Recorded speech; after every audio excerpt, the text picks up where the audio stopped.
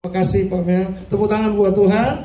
Dan berkat Tuhan Pak Mel siap untuk menjawab pertanyaan. Ayo langsung ke depan. Ya, akan mulai dari Dersel. Setelah Dersel Nahol ya yang di belakang. Oke.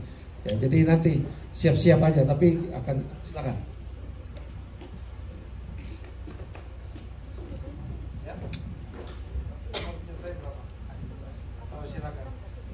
Nggak apa-apa, dua nggak apa-apa. Bisa aja yang pertanyaan kedua juga pertanyaan yang lain, jadi di skip pertanyaan lain.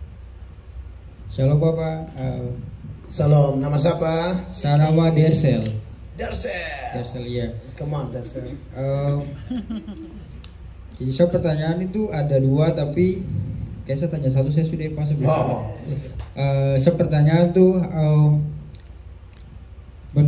menurut apa Alkitab secara biblical itu apakah seorang Kristen itu bisa punya tato atau tidak, atau tidak boleh, atau apa secara Alkitab itu apakah tato tuh boleh atau tidak begitu Bapak? Dan kalau misalnya sudah punya apakah harus dihapus atau tidak usah? Itu saya sangat tanya. Thank you. Pertanyaan keren, Dersel, kekinian banget ya sama orang-orang muda. Iya, saya bersyukur buat saudara-saudara saya, adik-adik, anak-anak Papua di Amerika ini yang masih rindu mengetahui firman dengan berbagai fenomena kekinian yang hari-hari ini tidak bisa dihindari, sedang terjadi dan akan terus berlangsung entah sampai kapan sebelum kiamat.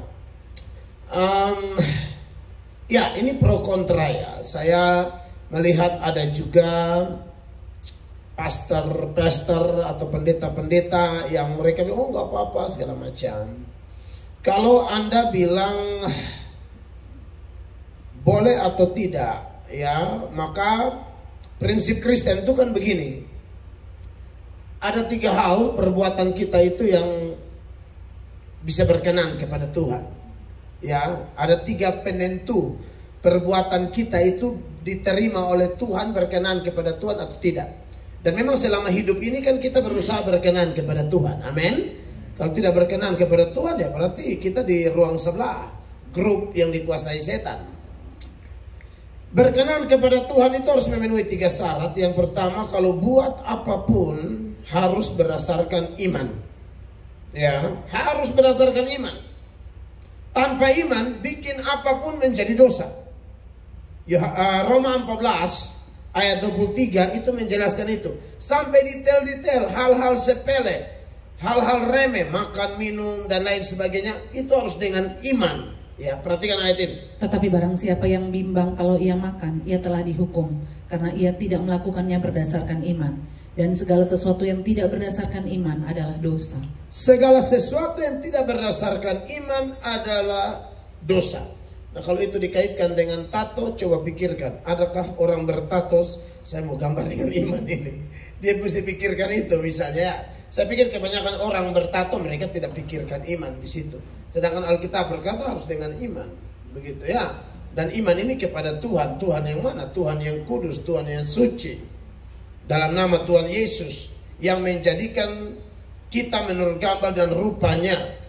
Kita bikin satu gedung gereja, misalnya gedung bagus, lalu datang anak-anak dicoret pakai pensil spidol, ya, gambar segala macam di situ, gambar naga, gambar segala macam.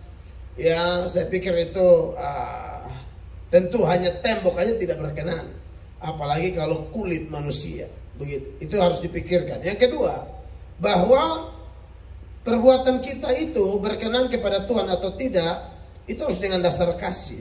Makanya Yohanes 14 ayat 15, Yesus bilang, kalau kamu mencintai atau mengasihi aku, kamu akan menuruti perintah-perintahku. Jadi dasarnya adalah yang pertama iman, yang kedua cinta atau kasih kepada Tuhan. Perhatikan.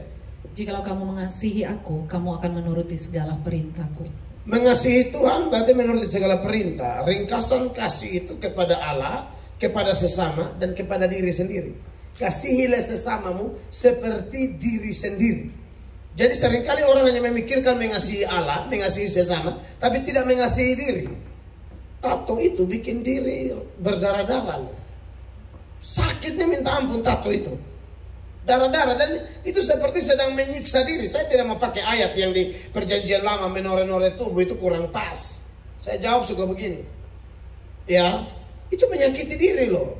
Saudara, tato naga di kanan, umur 16 tahun sampai 20 tahun, naganya masih naga, 70 tahun, ulat bulu.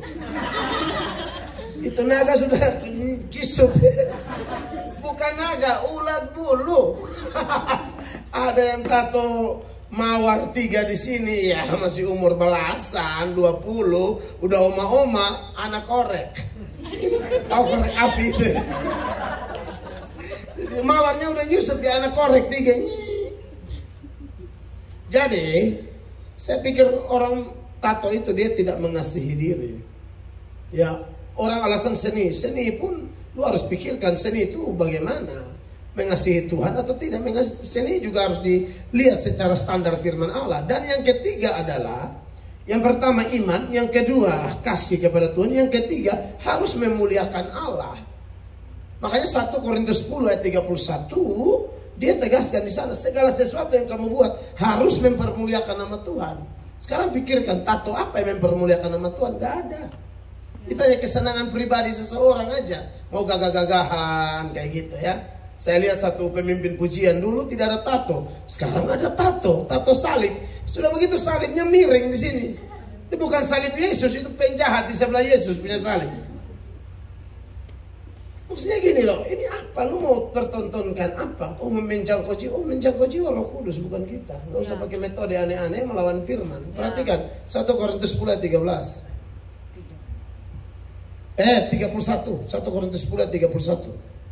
Aku menjawab, jika engkau makan atau jika engkau minum atau jika engkau melakukan sesuatu yang lain, lakukanlah semuanya itu untuk kemuliaan Allah. Lakukanlah semuanya itu, kopi bro. Lakukanlah semuanya itu, terima kasih adik. Lakukanlah semuanya itu untuk kemuliaan Tuhan. Dan ada satu jenis berhala, ini yang perlu Anda ketahui. Berhala itu ada 2. Ada berhala tradisional, ada berhala modern. Oke. Orang menoreh-noreh tubuh di perjanjian lama itu berkaitan dengan penyembahan berhala tradisional. Tapi saya lihat banyak orang tato ada berhala modern, pengen kasih tunjuk. Supaya kenapa? Dirinya kelihatan keren. Kita kelihatan keren bukan tato, kita kelihatan keren karena Roh Kudus, firman Allah ada dalam kita. Amin. Nah, terus kalau dia sudah tato gimana Pak? Boleh dihapus atau tidak usah? Menurut saya tidak usah, tapi tidak usah pamer juga. Tidak usah hapus lagi. Hapus bikin tambah rusak. Yang tadinya naga dihapus bukan naga. Itu kayak kecoa kena injak sandal gitu loh. Dia pecah hancur. Ngerti gak ya? Jadi jangan sampai Anda salah. Menurut saya nggak usah hapus, tapi juga nggak usah pamer. Karena begini, kayak konteks kita budaya Kristen apa ketimuran ya, Indonesia lah. Saya lihat kadang-kadang pendeta WL tato-tato so angka begini. Kasihan loh anak-anak yang tidak mengerti apa-apa. Kamu seperti menularkan sesuatu. Oh boleh gitu loh. Padahal itu kan masa lalu, ya ditutup aja. Pelayan-pelayan Tuhan yang melayani dengan saya banyak yang bertato, saya larang, jangan kasih tunjuk. Gak usah hapus, tapi gak usah ditunjukin. Tunjukin untuk apa? Motivasi lu apa? Kalau untuk supaya lu kelihatan keren, berarti berhala modern. Minta dirimu dipuji orang, itu berhala. Berhala itu menggeser Allah dari hidup kita. Jadi itu jawaban saya pro ganteng tadi. Mana dia? Tangan-tangan. Oke, itu jawaban saya. God bless you. Oke, next. Oke, Nahor.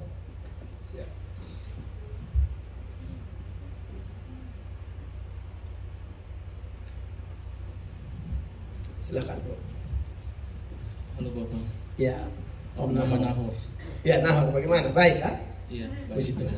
Sapu 10 pertanyaan. Darah Yesus berkuasa. Gue jangan bikin Raja Musa tuh dapat 10 hukum di Gunung Sinai. Silakan, Nahor. Yang satu ini berkaitan dengan hati. Apa itu hati menurut Alkitab, kepercayaan orang Kristen? Terus kenapa kita harus jaga kita hati dari dalam segala kewaspadaan? Siap. Thank you Bro Nahor, Tuhan memberkati. Ada lagi tapi sudah dulu, ini kita cuma ini saya punya otak belum nyambung baru. Oke, kenapa kita harus jaga hati? Karena seperti yang Nahor sudah singgung dalam pertanyaan seturut Amsal 4 ayat 23 ya, kalau tidak salah coba. Saya kalau salah minta maaf. Amsal 4 ayat 23, jagalah hati bukan?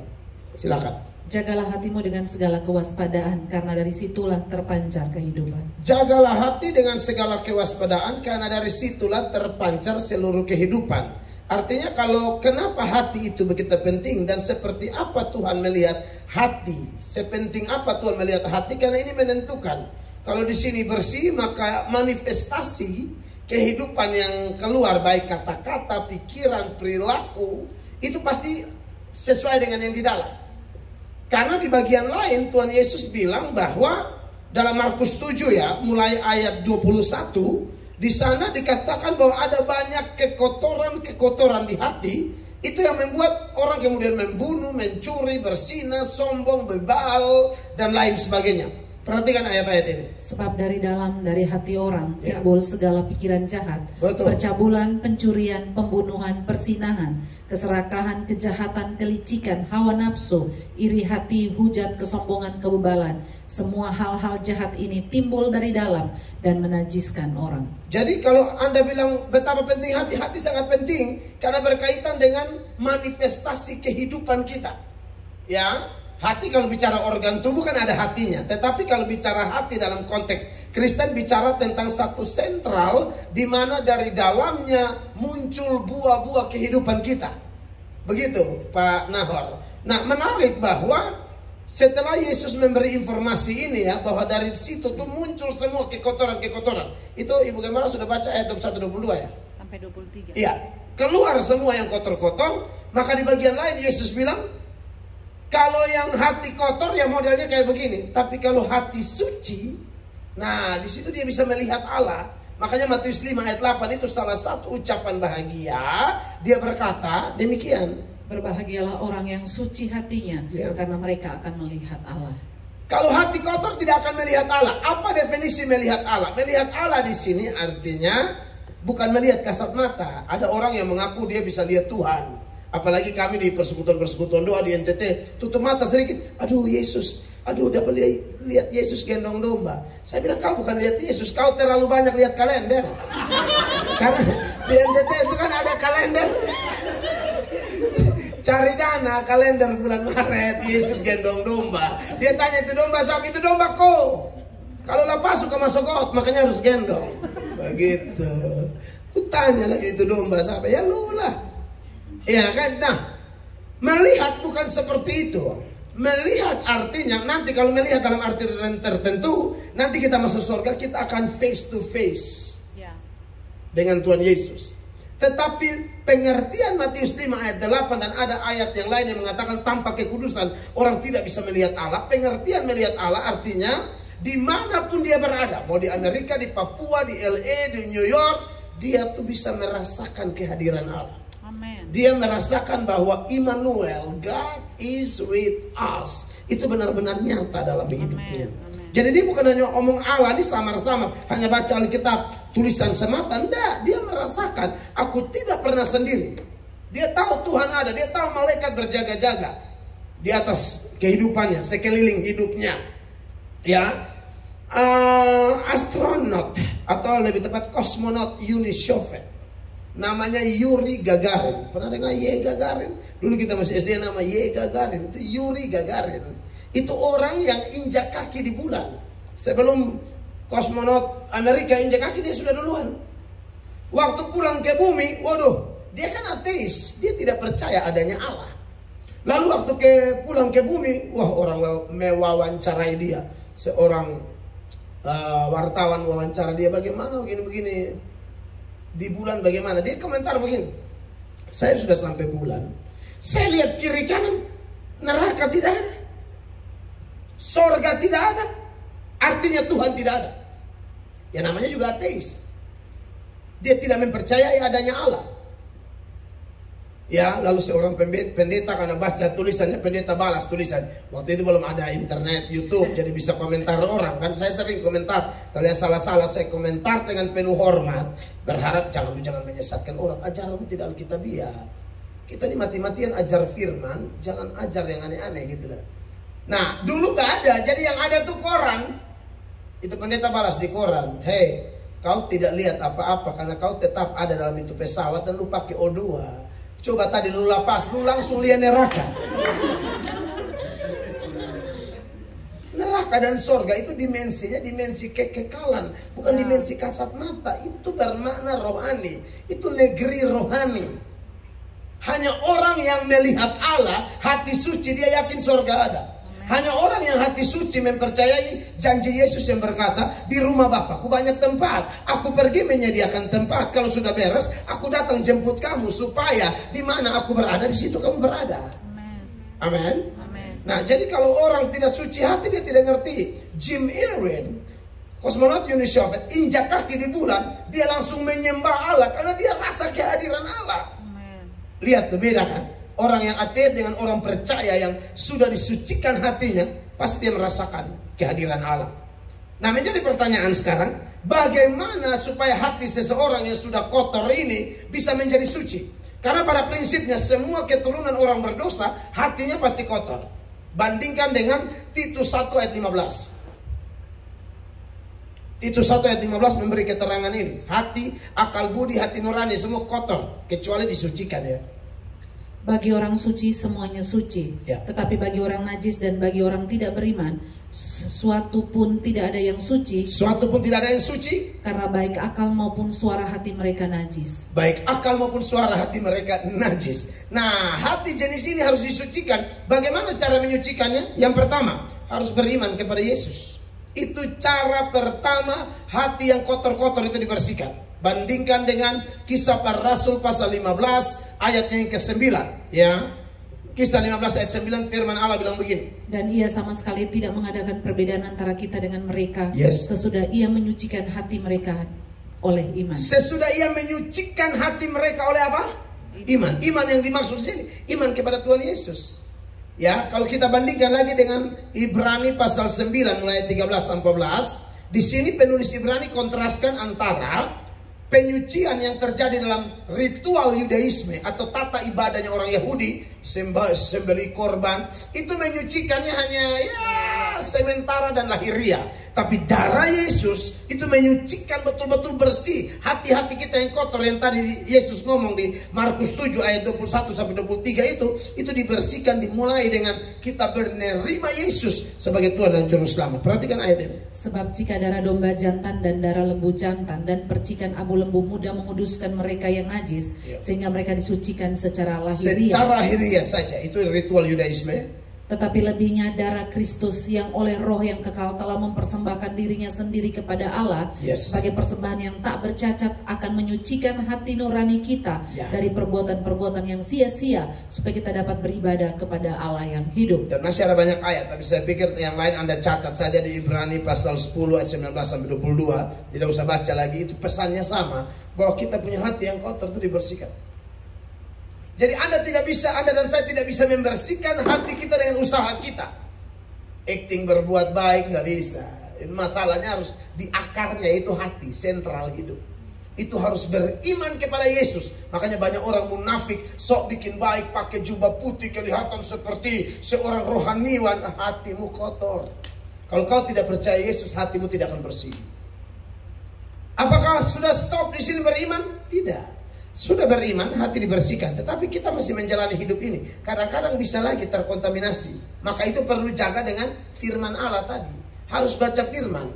Mazmur 119 ayat 9, itu ayat yang begini. Dengan apakah seorang muda mempertahankan kelakuannya bersih? Dengan menjaganya sesuai firman-Mu. Perhatikan ayat ini. Dengan apakah seorang muda mempertahankan kelakuannya bersih? Dengan menjaganya sesuai dengan firman-Mu. Sudah terima Yesus? Jangan puas. Terus dengar firman, terus baca Alkitab. Makanya khotbah tadi nyambung dengan tanya jawab ini. Ini spontanitas Pak ya. Kita tidak susun toh, nahor. Jadi ini spontanitas. Roh Kudus sedang bekerja ini. Amen. Untuk kita semua. Anda bersyukur ini. Amen. Harus dengar firman lagi. Karena firman itu membersihkan. Yohanes 15 ayat 3. Ini salah satu bukti bahwa firman membersihkan. Yohanes 15 ayat 3. Kamu memang sudah bersih karena firman yang telah kukatakan kepadamu. Kamu sudah bersih karena firman yang kukatakan kepadamu. Jadi dengar firman itu bagus. Karena manfaat firman itu ada 4 menurut 2 Timotius 3 ayat 16. Manfaatnya ialah segala tulisan diilhamkan Allah bermanfaat untuk yang pertama mengajar, yang kedua menyatakan kesalahan, yang ketiga memperbaiki kelakuan, dan yang keempat mendidik orang dalam kebenaran. Perhatikan. Segala tulisan yang diilhamkan Allah memang bermanfaat untuk mengajar, untuk menyatakan kesalahan, untuk memperbaiki kelakuan, dan untuk mendidik orang dalam kebenaran. Iya, jadi dengan demikian ayat 17 bilang, kita manusia kepunyaan Allah diperlengkapi untuk setiap perbuatan baik. Perhatikan. Dengan demikian tiap-tiap manusia kepunyaan Allah diperlengkapi untuk setiap perbuatan baik. Nah, jadi begitu benar, kalau hati kita kotor, terima Yesus. Ya, buat semua yang nanti ikuti ini di YouTube, di mana Anda yang merasa hatimu kotor, ya, Anda sudah pakai segala cara tapi tidak bersih, Anda harus bertobat, terima Yesus sungguh-sungguh, ya. Dan ada satu langkah awal yang harus saya tambahkan, yaitu doa mengaku dosa. Itu harus penting, itu mengaku dosa. Dalam 1 Yohanes 1 ayat 9, ya, dalam doa saya sempat singgung waktu selesai khotbah, itu ayat, dan jika kita mengaku dosa kita, maka Ia adalah setia dan adil, sehingga Ia akan mengampuni kita dari segala dosa kita dan menyucikan kita dari segala kejahatan kita. Perhatikan ayat ini. Jika kita mengaku dosa kita, maka Ia adalah setia dan adil, sehingga Ia akan mengampuni segala dosa kita dan menyucikan kita dari segala kejahatan. Tanpa pengakuan dosa tidak bisa. Makanya saudara perlu, ya, kalau ada sesuatu datang mengaku di Tuhan, itu terbaik. Ada satu anak muda, ini dia pasang kayak botol-botol aqua begini, air mineral. Dia latihan apa? Kalau di Papua bilang apa? NTT bilang kartapel. Sama ya? Kartapel. Jadi ada latihan tembak, tak, salah. Tiba-tiba dia punya bapak, punya bebek lewat. Ini bebek kesayangan ini, Pastor Daniel. Tiba-tiba ini dia sudah tahu, ini sentuh ini bebek, gempa bumi. Bapak sayang lu, sayang kota, bapak bebek juga bapak sayang, bebek laki. Tapi si pemuda ini, siapa dia punya nama? Ursula. Si Ursula ini, saya bidik bebek ini, ya, cobalah saya tembak bebek ini pakai ketapel. Dihantam pertama salah, dihantam kedua sipit, hampir. Yang ketiga tuh dia fokus betul-betul. Dia hantam, karena mati tempat bebek bapak. Dia kaget sendiri, kok mati, karena dia takut, dia lihat kiri kanan semua, wah ini sunyi kosong. Dia gali lubang dalam-dalam, dia kubur itu bebek, dia tutup. Aman sudah. Besok dia ke sekolah. Pas dia mau masuk ke gerbang sekolah, dia punya teman ada berdiri di situ. Okto ada berdiri. Okto ini punya tetangga juga sebenarnya. Pas Ursula masuk, Okto berteriak, Ursula bilang, kau teriak-teriak saya hantam kau nanti. Ursula, kau satu kali pergi berteriak saya smackdown kau. Ursula jalan, tiba-tiba Okto berteriak begini, bebek. Itu mau gila. Itu Ursula kayak mau gila. Kenapa lu panggil bebek? Itu tidak usah begini, Ursula datang dengan sendirinya. Okto, saya tanya dulu, kenapa kau panggil saya bebek? Hei Ursula, supaya kau tahu kau fiti kau bapak bebek itu saya lihat atau tidak? Saya tahu dia punya kubur di mana. Kau mau saya kasih tahu kau bapak? Kau saya panggil kau mau smackdown saya lagi. Singkat cerita, Okto pegang Ursula punya rahasia. Mau apa coba? Kau mau saya kasih tahu atau tidak? Ursula bilang, Okto please, kita dua kawan dari kecil baru. Makanya kau jangan sok-sok saya panggil kau tidak mau datang. Saya mau bahas penting ini. Kau mau lolos? Mau. Setoran. Uang jajanmu semua sini. Langsung diperas. Jadi Ursula jadi ATM-nya Okto. Gara-gara pegang rahasia. 1 hari, 2 hari, 3 hari. Tiap kali Ursula mau masuk sekolah, Okto di pagar santai aja. Ursula sengaja tuli bebek laki. Langsung. Itu setoran hampir 1 minggu. Ursula stres juga, kawan-kawan semua jajan baru dia tidak nih. Karena store di Okto. Singkat cerita, Ursula bilang, ini bapak mau marah-marah. Saya mesti datang ke bapak untuk mengaku dulu. Ursula pergi ke bapak. Bapak lagi baca koran, Papua News. Ada koran begitu kan? Cendrawat. Oh, Cendrawat. Sudah pulang kalian bikin baru toh. Papua News itu tanda-tanda tuh. Amin. Katakanlah Papua News ya. Baca begini baru Ursula sudah ngesot aja di depan teras rumah. Garu kaki tidak jelas. Bapak sudah tahu Ursula datang. Bapak, saya mau omong. Bapak bilang, apa? Bapak ini sama cerita. Bapak sudah bapak baca Papua News baru. Apa? Kenapa? Begini Bapak, aduh. Kenapa? Ini kemarin saya ada tembak-tembak ini botol aqua ini baru. Bapak punya bebek lewat. Hah, jadi kenapa? Aduh, saya tembak Bapak punya bebek. Saya tembak pertama salah, Bapak bilang puji Tuhan. Salah, aduh kau ini bagus dah. Tapi saya tembak ada beberapa kali. Yang kedua, hampir Bapak, aduh puji Tuhan. Tapi yang ketiga Bapak, kenapa ketiga? Mati. Langsung Bapak berdiri, Bapak sengaja mau pukul dia. Bapak bilang, hei Ursula, supaya kau tahu. Kau tembak Bapak pun bebek itu Bapak lihat dari jendela. Kau jangan pikir Bapak tidak lihat. Bapak lihat dari jendela, Bapak menangis. Tapi walaupun Bapak sayang Bapak pun bebek laki, kau ini Bapak punya anak laki-laki. Apa tunggu kau hari Senin, pikir kau mengaku kau tidak datang. Selasa, Rabu, Kamis, Jumat, Sabtu kau tidak datang. Minggu baru kau datang. Lain kali ada masalah tuh mengaku sama Bapak, ya. Singkat cerita, Ursula dimaafkan. Besok dia ke sekolah. Oktober jatah reman. Ursula masa Oktober teriak. Ursula jalan terus. Bebek jalan terus. Bapak punya bebek, tetap dia jalan terus. Singkat cerita, dia bebas. Itulah kalau kita mengaku dengan Tuhan. Amin. Kalau Anda tidak terbuka, setan pegang dosamu. Setan akan intimidasi kau tiap hari. Tapi kalau kita punya hati kotor, mengaku dosa, terima Yesus, belajar firman, terlibat pelayanan, rajin berdoa, saya yakin hati kita kuat. Begitu, Om Nahar, God bless. Tuhan memberkati. Ayo, berikut siapa? Next question. Baris berikut, Andreas. Ya, silakan. Oh bukan, belakang Andreas ada ya? Tadi siapa yang angkat tangan?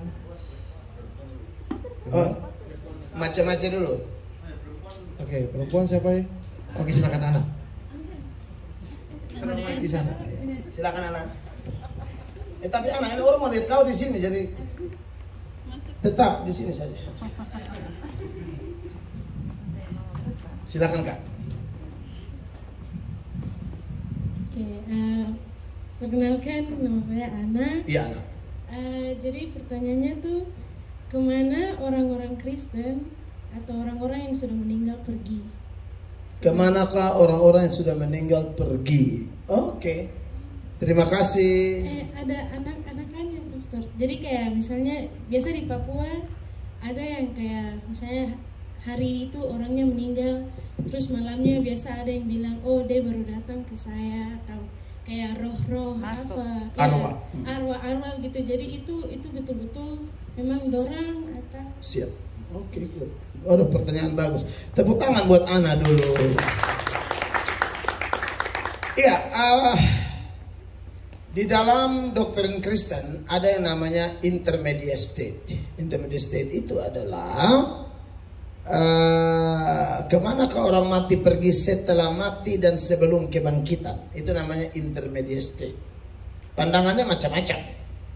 Ada yang namanya sleep of the soul, yang mengatakan bahwa jiwa-jiwa itu tertidur, ya. Tapi pandangan ini ternyata tidak begitu kuat, karena di dalam Wahyu pasal 6 ayat 9, Wahyu 6 ayat 9 itu ada keterangan tentang jiwa-jiwa di sorga itu tidak tertidur, mereka berdoa. Itu jiwa-jiwa di sorga. Jiwa-jiwa itu di sorga. Ini karena nubuatan tentang sorga, perhatikan. Dan ketika anak domba itu membuka meterai yang kelima, aku melihat di bawah mezbah jiwa-jiwa mereka yang telah dibunuh oleh karena firman Allah dan oleh karena kesaksian yang mereka miliki. Iya, jadi mereka bikin apa di situ ayat selanjutnya? Dan mereka berseru dengan suara nyaring, katanya, berapa lamakah lagi lagi ya penguasa yang kudus dan benar, Engkau tidak menghakimi dan tidak membalaskan darah kami kepada mereka yang diam di bumi? Jadi pandangan tentang sleep of the soul, dia mengatakan bahwa jiwa itu tertidur saja setelah mati sampai kebangkitan, dia tidak buat apa-apa. Ini bertentangan dengan ayat ini. Jiwa ini berdoa, berseru di bawah mezbah itu. Berarti jiwa itu ada aktivitas. Ya, hanya aktivitasnya ini yang ditanyakan oleh Ana, fenomena seperti yang di Papua dan juga di NTT, di beberapa titik di Indonesia Timur, kepercayaannya sama. Katanya orang mati itu dia tidak langsung kemana-mana, dia masih ada jalan-jalan. Mama saya sebelum bertobat itu ajar saya begitu. Itu tetangga baru mati itu, dia suka jalan-jalan. Jadi dia kalau mati itu dia ambil kembali di bekas kaki. Dia suka datang dulu minum kopi di rumah sini. Kau jangan sampai jalan salah, kau tabrak gigi tak kancing. Gigi tak kancing itu mati. Jadi kita percaya gitu loh. Tapi ternyata setelah kita belajar firman Allah tidak demikian. Ya, orang mati dan orang hidup itu tidak ada hubungan lagi. Di dalam Ayub pasal 7 ya, ayat 9 dan 10, orang mati pergi tidak kembali lagi, goyang-goyang hordeng lah apa mau kosong. Perhatikan ini ayat. Sebagaimana awan lenyap dan melayang hilang, demikian juga orang yang turun ke dalam dunia, orang mati tidak akan muncul kembali. Betul. Ia tidak lagi kembali ke rumahnya dan tidak dikenal lagi oleh tempat tinggalnya. Kita harus lebih percaya firman daripada percaya fenomena-fenomena itu. Nah, kok firman bilang begitu, tapi fenomenanya kayak bau rampeh, bau jenazah gitu loh. Itu dari mana? Ya simpel aja, Alkitab bilang iblis itu bisa menyamar sebagai malaikat terang. Malaikat terang saja dia bisa menyamar, apalagi cuma umat. Atau opa, atau om, atau tante yang meninggal itu lebih gampang. Jadi bukan mereka, itu setan yang menyamar. Tidak mungkin orang mati kembali. Ya, tidak ada lagi orang mati kembali. Makanya di dalam Pengkhotbah 12 ayat 7 itu, Pengkhotbah 12 ayat 7 mengingatkan bahwa debu kembali kepada tanah, roh kembali kepada pencipta. Dan debu kembali menjadi tanah seperti semula, dan roh kembali kepada Allah yang mengaruniakan. Iya, dan bagi orang percaya dia sudah tahu waktu dia meninggal seperti Tuhan Yesus. Tuhan Yesus bilang apa di perkataan ke-7 di salib? Ya Bapa, ke dalam tanganmu kuserahkan nyawaku. Maka Stefanus ketika mau mati di dalam Kisah Para Rasul pasal 7 ayat 59 dan 60 itu, Stefanus berdoa menyerahkan rohnya kepada Tuhan Yesus. Sedang mereka melempari Stefanus berdoa katanya, ya Tuhan Yesus, terimalah rohku. Sambil berlutut ia berseru dengan suara nyaring, Tuhan, janganlah tanggungkan dosa ini kepada mereka. Dan dengan perkataan itu meninggallah ia. Itulah Kisah Para Rasul 7, 59 dan 60. Nah, jadi makanya Paulus itu yakin sekali bahwa dia meninggal, dia ke sorga. Makanya dalam Filipi pasal 1 itu ya, ayat 21 dia bilang hidup adalah Kristus, mati keuntungan toh. Tapi kalau masih hidup, aku hidup memberi buah. Tapi di Filipi 1 ayat 23 Paulus bilang begini, aku didesak dari dua pihak. Aku ingin pergi dan diam bersama-sama dengan Kristus. Itu memang jauh lebih baik. Tetapi lebih perlu untuk tinggal di dunia ini karena kamu. Dan dalam keyakinan itu taulah aku akan tinggal dan akan bersama. Ya, jadi aku pergi di situ mati. Dia maksudnya meninggal. Aku pergi dan bersama Kristus. Makanya kepada jemaat di Tesalonika dia bilang kalau ada orang meninggal, jangan menangis berlarut-larut. Dia sudah dikumpulkan oleh Bapa bersama Yesus. Dia tidak usah menangis berlarut-larut. Sedih boleh, tapi jangan seperti orang tidak punya pengharapan. 1 Tesalonika 4 mulai ayat 13. Perhatikan. Selanjutnya kami tidak mau saudara-saudara bahwa kamu tidak mengetahui tentang mereka yang meninggal, supaya kamu jangan berduka cita seperti orang-orang lain yang tidak mempunyai pengharapan. Iya, terus. Karena jikalau kita percaya bahwa Yesus Kristus telah mati dan telah bangkit, Amen. maka kita percaya juga bahwa mereka yang telah meninggal dalam Yesus akan dikumpulkan Allah bersama-sama dengan Dia. Beri tepuk tangan dulu buat firman. Jadi jangan percaya aneh-aneh begitu ya. Nah, kita pulang kasih informasi ini ke saudara-saudara kita. Saya sering masuk Papua dan saya jelaskan ini. Dan puji Tuhan banyak yang mengerti. Banyak juga yang amin tapi pulang dia masih percaya setan juga. Tapi tidak apa-apa, kita maju terus. Ya toh? Di NTT juga demikian gitu. Jadi itu sih jawabannya simpel sekali ya Kak ya.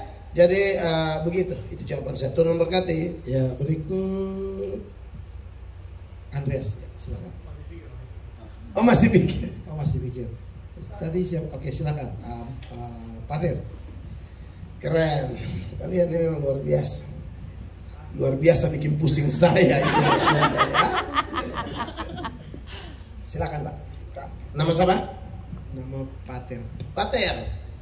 Bagaimana pertanyaan? Jadi ada suatu kali malam saya ketemu sama teman satu baru dia orang Israel. Dia orang Israel baru dia tanya saya, dia bilang kau agama apa begitu, saya bilang saya agama Kristen. Baru saya tanya dia lagi, saya bilang kau agama apa baru saya pas bilang saya agama Kristen, dia langsung tertawa begitu karena dia tahu pasti saya percaya Tuhan Yesus begitu toh. Baru langsung dia bilang, kenapa kau percaya orang yang dari satu tempat begitu, saya tidak percaya dia begitu. Kayak dia lahir di tempat yang dimana saya juga berasal begitu, jadi buat apa saya percaya dia begitu. Saya baru pas saat itu langsung saya kayak langsung stuck begitu, langsung saya bingung mau jawab bagaimana. Siap. Iya Bapak begitu. Jadi ini kenapa? Ini mau apa sih? Ini kau curhat habis juga. Saya mau buat apa dengan kau keadaan yang sebegini nih Pater? Hah? Cara hadapi orang begitu Ya, kan? cara hadapinya begitu Bapak. Oke deh, Pater, thank you banget. Ya, jadi itu yang Pater alami ketemu orang Yahudi yang menertawakan ketika kita bilang kita percaya Yesus. Itu memang sudah dari dulu. Bahkan sampai sekarang, kalau saudara ke Israel itu penduduk Israel itu kurang lebih 9 jutaan orang. Mungkin ya, terakhir sudah mau 10 juta. Nah, yang percaya Yesus sungguh-sungguh sebagai Tuhan dan Juru Selamat itu hanya sedikit saja. Menurut statistik mungkin 1-2% kali. Kalau yang lahir baru itu kurang lebih 10.000 sampai 15.000 orang saja, orang Yahudi asli. Jadi mereka tidak percaya Yesus. Mereka tidak terima Yesus sebagai Mesias. Mesias itu akan datang. Makanya kalau Anda pergi ke Yerusalem hari ini, di depan gereja segala bangsa di Taman Getsemani, di depannya itu ada Golden Gate, ada pintu timur. Nah, itu yang mereka percayai, Mesias yang sesungguhnya akan datang. Padahal Mesias sudah datang, hanya mereka tolak Mesias ini karena mereka punya konsep yang salah tentang kemesiasan Kristus. Mereka menganggap Mesias itu adalah pahlawan dengan kekuatan tangan besi, dengan power seperti pemimpin-pemimpin bangsa-bangsa lain di sekitar mereka yang membawa bangsa mereka keluar dari penjajahan. Mengingat orang Yahudi itu kan dijajah dari tangan ke tangan, dari Mesir ke Babel, Asyur, Media, Persia, dari Amalek, Midian, Filistin, sampai zaman Yunani. Di zaman pemerintahan Alexander the Great, sampai ke zaman Romawi, zaman Yesus mati dan disalibkan itu Romawi. Sudah terlalu capek dijajah sehingga doktrin tentang Mesias yang dinubuatkan di dalam Yesaya 53 bilang Mesias harus menderita, ambil alih dosa-dosa kita, dia ditikam karena pelanggaran kita dan lain sebagainya. Mereka lupa itu. Mereka maunya Mesias yang hebat. Padahal misi Mesias yang sebenarnya membawa missio Dei atau misi Allah untuk membebaskan manusia dari penjajahan dosa, bukan penjajahan bangsa-bangsa kafir. Nah, akibatnya mereka tidak percaya Yesus ketika dia tampil. Begitu. Kalaupun mereka percaya, mereka paksa, Yesus tidak mau karena konsep mereka salah. Seperti yang tercatat di dalam Yohanes 11 ayat Yohanes 6 ayat 14-15. Setelah Yesus bikin mujizat 5 roti dan 2 ikan itu, ya, mereka mau paksa dia angkat jadi raja. Yesus nggak mau. Ketika orang-orang itu melihat mujizat yang telah diadakannya, mereka berkata, dia ini adalah benar-benar nabi yang akan datang ke dalam dunia. Karena Yesus tahu bahwa mereka hendak datang dan hendak membawa dia dengan paksa untuk menjadikan dia raja, dia menyingkir pula ke gunung seorang diri. Ya, jadi Yesus, ini konsep mereka salah. Ya, saya punya khotbah khusus tentang itu, tapi saya sudah khotbahkan di gereja. Mungkin kalau saudara mau nonton, saudara bisa nonton di YouTube saya. Temanya Just like Jesus, sama seperti Yesus. Dari situ saya bahas banyak hal. Nah, kekasih Tuhan, menarik bahwa itulah orang-orang Yahudi, saudara Pater. Ya, jadi mereka tidak percaya dan ya sudah, itu urusan mereka. Tapi hadapi mereka memang agak gampang-gampang susah. Gampang-gampang susah. Saya pernah berdiskusi dengan seorang di kota Yeriko ketika saya ke Israel, dan waduh itu panjang lebar dan tidak dapat titik temu. Intinya apa? Kalau sampai orang memang tidak mempercayai Yesus, itu karena memang orang itu tidak dipilih. Bapa tidak bekerja dalam diri orang itu. Jadi kalau kita sibuk-sibuk berdebat juga percuma. Kalau kita sempat berdebat dengan tujuan menginjil, boleh. Tapi kalau kita lihat dampaknya sudah tidak jelas, berlakulah Amsal 23 ayat 9. Yesus bilang, firman Allah bilang apa? Jangan bicara di telinga orang bebal, nanti dia akan meremehkan kata-katamu yang bijak. Begitu. Amsal 29. Jangan berbicara di telinga orang bebal, sebab ia akan meremehkan kata-katamu yang bijak. Iya. Di bagian lain Yesus bilang jangan buang mutiara kepada babi. Dan itu Tuhan Yesus praktekkan. Ketika dia disalib, itu orang-orang di sekitar salib bilang apa? Kalau engkau anak Allah turun supaya kami percaya. Untuk orang-orang ini Yesus lakukan apa yang dia ajarkan. Saya tidak akan buang mutiara di babi. Kalian hanya mencobai, kalian gak bakalan percaya. Buat apa saya layani kau? Tetapi ketika penjahat itu mau bertobat, ada dua penjahat toh? Salah satu mau bertobat toh? Yang mau bertobat dia bilang apa? Yesus, ingat akan aku bila engkau datang sebagai raja. Yesus langsung jawab, karena ini orang benar. Ini juga Yahudi. Hari ini juga engkau bersama-sama dengan aku di dalam Firdaus. Firdaus itu kata Yunaninya paradisos, menurunkan kata Inggris paradise, surga. Amen. That's it. Jadi, Pater, kalau Anda tanya bagaimana menjawab, ya kelihatannya Anda bingung tadi toh. Anda harus belajar. Nah, makanya tanya jawab begini penting. Jadi jangan hanya belajar ilmu apa lagi? Kuliner dan lain sebagainya. Belajar juga kitab suci.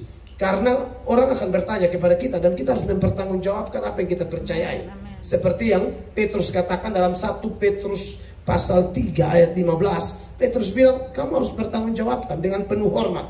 Tak usah debat yang cari hal bertengkar, nggak usah. Kalau dia nggak mau, ya udah, jangan buang mutiara di babi. Tapi kita memang harus belajar karena banyak orang yang bertanya. Begitu ya, perhatikan. Tetapi kuduskanlah Kristus di dalam hatimu sebagai Tuhan, Ya. dan siap sedialah pada segala waktu untuk memberi pertanggungan jawab kepada tiap-tiap orang yang meminta pertanggungan jawab dari kamu tentang pengharapan yang ada padamu, tetapi haruslah dengan lemah lembut dan hormat. Ya, jadi kita harus jawab. Itu bukan ayat untuk pendeta, ayat untuk kita semua. Makanya saudara perlu belajar Alkitab ya, nonton YouTube yang memang dia punya pengajaran tuh juga kuat gitu loh. Itu bagus banget buat pengetahuan kita. Sekarang mau sekolah teologi ya, gak usah daftar teologi ya, buka aja YouTube pendeta-pendeta yang memang mengajar doktrinal yang baik. Anda dapat ilmu di sana. Karena kami berusaha mengajar dengan pembuktian data, bukan asal bunyi.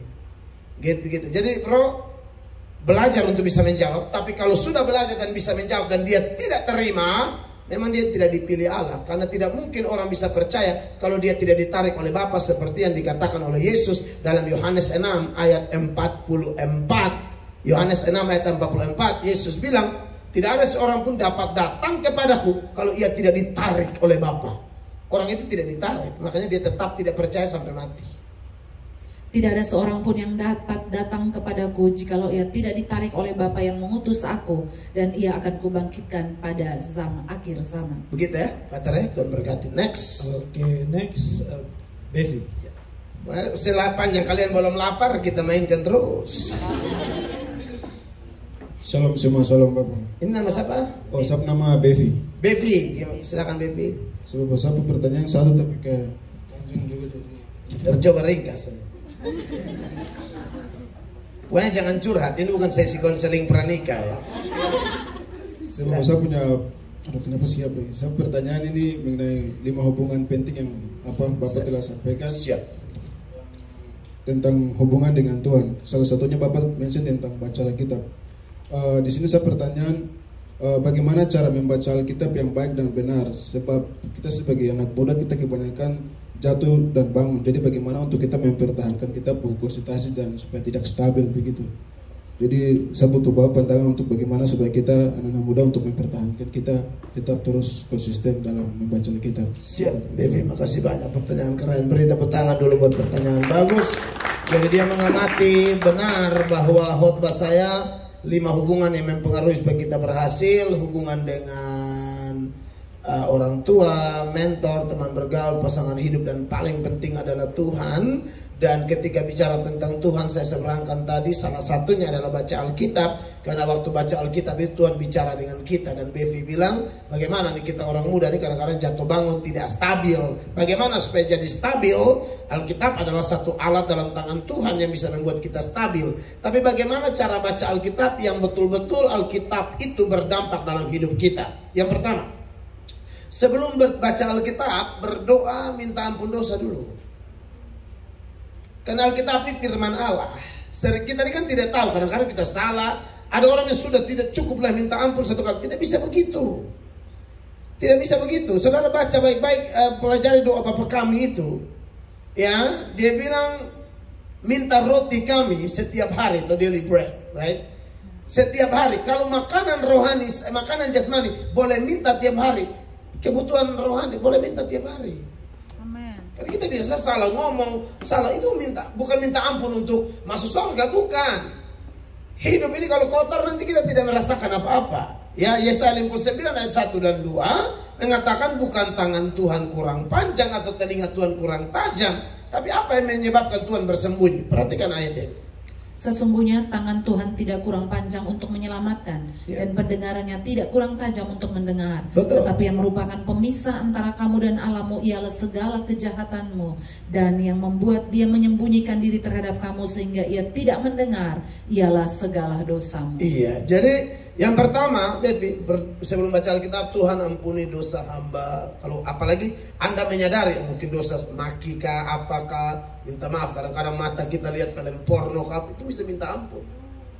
Harus minta ampun. Bersihkan aku Tuhan, ampuni aku. Itu yang pertama. Yang kedua, dalam doa itu minta bilang, Tuhan buatlah aku mengerti. Dan yang ketiga bilang begini, Tuhan aku mau melakukan firman-Mu. Pasti Anda diberkati. Banyak kali kita doa tidak disertai dengan permintaan yang ketiga itu, hanya doa aja.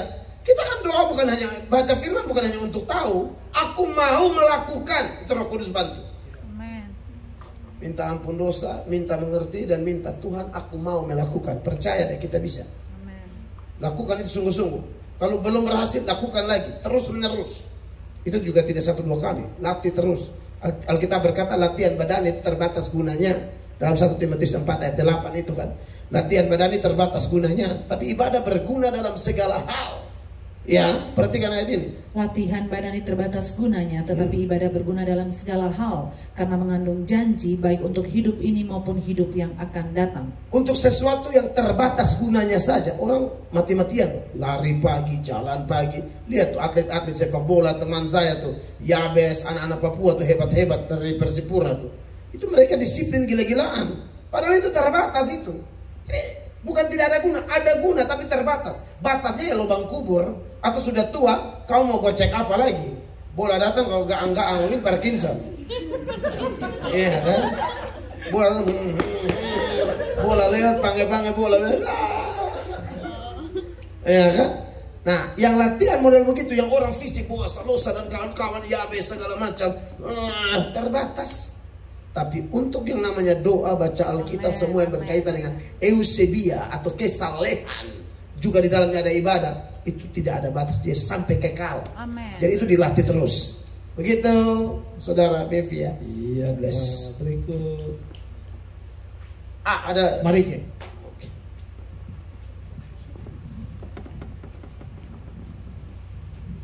Silakan kakak. Saya nama Marike. Marike, gimana Marike? Ini lanjutan pertanyaan dari Pater punya tadi diskusi pertanyaan. Jadi saya punya teman-teman juga ada, saya punya teman-teman yang dekat dengan saya itu orang yang tidak percaya Tuhan, orang Amerika. Terus jadi saya pertanyaan tuh bagaimana metode atau jadi kayak metode untuk melakukan penginjilan kepada orang-orang yang tidak percaya atau tidak maksudnya orang-orang yang tidak percaya, tapi buat lewat penginjilan itu sehingga dong tidak menjauh dari saya begitu. Dan itu juga maksudnya itu sebagai saya punya pergumulan juga, karena bukan hanya untuk saya teman-teman, tetapi untuk saya dalam keluarga juga. Jadi dengan orang tua, dengan adik-adik juga. Wow, Rike, terima kasih, pertanyaan bagus, beri tepuk tangan buat pertanyaan yang bagus. Iya.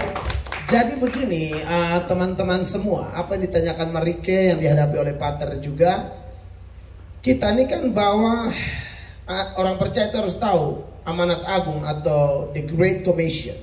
Itu bukan hanya berlaku bagi para penginjil dan pendeta, itu bagi semua orang percaya. Kita harus memuridkan orang lain, ya. Saya kritisi dulu yang Marike bilang tadi. Marike bilang saya mau cerita Yesus supaya mereka tidak menjauh dari saya. Nah, kalau itu tidak ada jaminan di Alkitab, ya. Yang kita punya target ini mereka dekat sama Tuhan. Jangan hanya mau menginjil untuk kita punya teman. Itu bisa kita dapat teman, tapi Tuhan akan kasih teman yang benar, yang setelah kita injili dia percaya, sehingga kita bersaudara dengan pikiran dan perasaan Kristus, ya. Tapi kalau berharap semua orang terima, tidak juga. Karena saya sudah bilang sama Pater tadi bahwa hanya orang-orang yang ditarik oleh Bapa yang bisa percaya. Tetapi bagaimanapun itu urusan Bapa. Kita nggak tahu siapa yang ditarik Bapa dan siapa yang tidak. Urusan kita adalah tetap harus menyebarkan Injil. Nah, untuk menyebarkan Injil ini, mereka bilang cara terbaik bagaimana? Khusus buat pemula, Anda yang bukan pendeta, Anda yang bukan seperti saya, misalnya hafal ayat ini dokter ini saya bisa ulik sedemikian rupa. Nah, buat Anda yang mungkin belum sampai itu, tapi kita harus menjalankan tugas kita. Paling bagus, Marike dan kawan-kawan, cerita kesaksian hidupmu. Itu penginjilan paling efektif. Tidak mungkin dalam hidup ini, dan menurut saya sekalipun, kalau saya hadapi orang baru, saya tidak bisa. Menurut Matius 5, nggak bisa gitu, nggak masuk.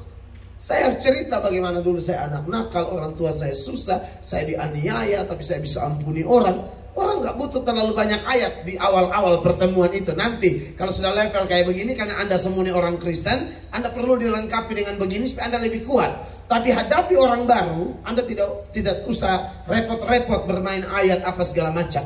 Cerita bagaimana Tuhan menyembuhkan kamu. Cerita bagaimana sampai kamu bisa kuliah di Amerika. Begitu banyak orang Papua yang berdoa minta supaya kuliah, tapi kamu dipilih. Itu gara-gara apa? Pasti ada pengalaman pribadi dengan Tuhan.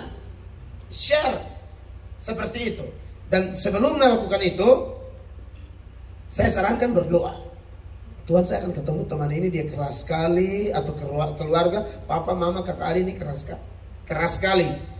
Tuhan tolong jamah hatinya. Karena di dalam Amsal 21 ayat 1 itu ayat bilang hati raja apa? Amsal 21 ayat 1. Hati raja seperti batang air di dalam tangan Tuhan, dialirkannya kemana ia ingini. Hati raja itu seperti batang air, artinya Tuhan yang berkuasa atas hati orang. Kalau hati raja saja bisa, apalagi hati sahabatku, hati kerabatku, dan lain sebagainya. Setelah itu baru ambil momen aja. Kita mesti kontekstual sekarang. Menginjil jangan yang langsung kayak pendeta bertobat. Bukan begitu. Kita coba ajak ngopi bareng gitu lah. Makan bareng, santai, sharing. Mulai aja. Lu tahu tidak, kita tuh pernah sakit. Cerita begitu aja. Tak usah sampai berharap apa. Nanti minta Roh Kudus bekerja. Dan banyak orang, hanya dari kesaksian orang, dia diselamatkan Tuhan. Jadi yang paling efektif menurut saya kesaksian itu. Itu penginjilan paling efektif. Nah, bagaimana saudara mau menginjil kalau saudara tidak punya pengalaman dengan Tuhan? Makanya dari itu di khotbah saya 5 hubungan itu penting. Yang paling utama dengan Tuhan. Pasti ada cerita. Ya, pasti ada cerita, tidak mungkin tidak. Jadi itu jawaban saya. Kalau Anda bisa, saran saya tetap belajar, bisa tahu-tahu ayat lebih baik. Sehingga kalau dia sudah lebih dalam, dia bilang boleh tahu tidak ini dasarnya apa, misalnya gitu. Nah, itu kita boleh kasih ayat tuh. Makanya perlu belajar juga mereka, ya. Oke. Pertanyaan menarik. Next. Dimi. Nama saya? Nama Dimi. Dimi? Dimi, ya. Oke, Dimi. Kemana Dimi? Pertanyaannya sama juga tadi, kayak mereka juga, tapi saya ingin mungkin pastor bisa berikan pandangan dari teologi mungkin. Jadi di kampus itu seringkali saya diskusi juga dengan teman-teman, tapi saya gagal juga untuk berargumen untuk untuk menceritakan tentang Tuhan. Dan Tuhan itu kan itu kan kebenaran, dan itu saya pada prinsipnya tidak mau give up dengan kebenaran itu. Tapi terkadang make sense juga kalau mereka punya argumen itu secara logik. Di antaranya. Ya.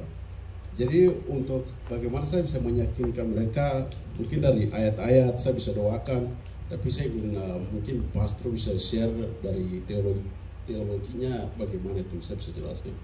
Siap. Oke. Dimi. Ya mirip ya Dimi ya dengan Pater, dengan Marike.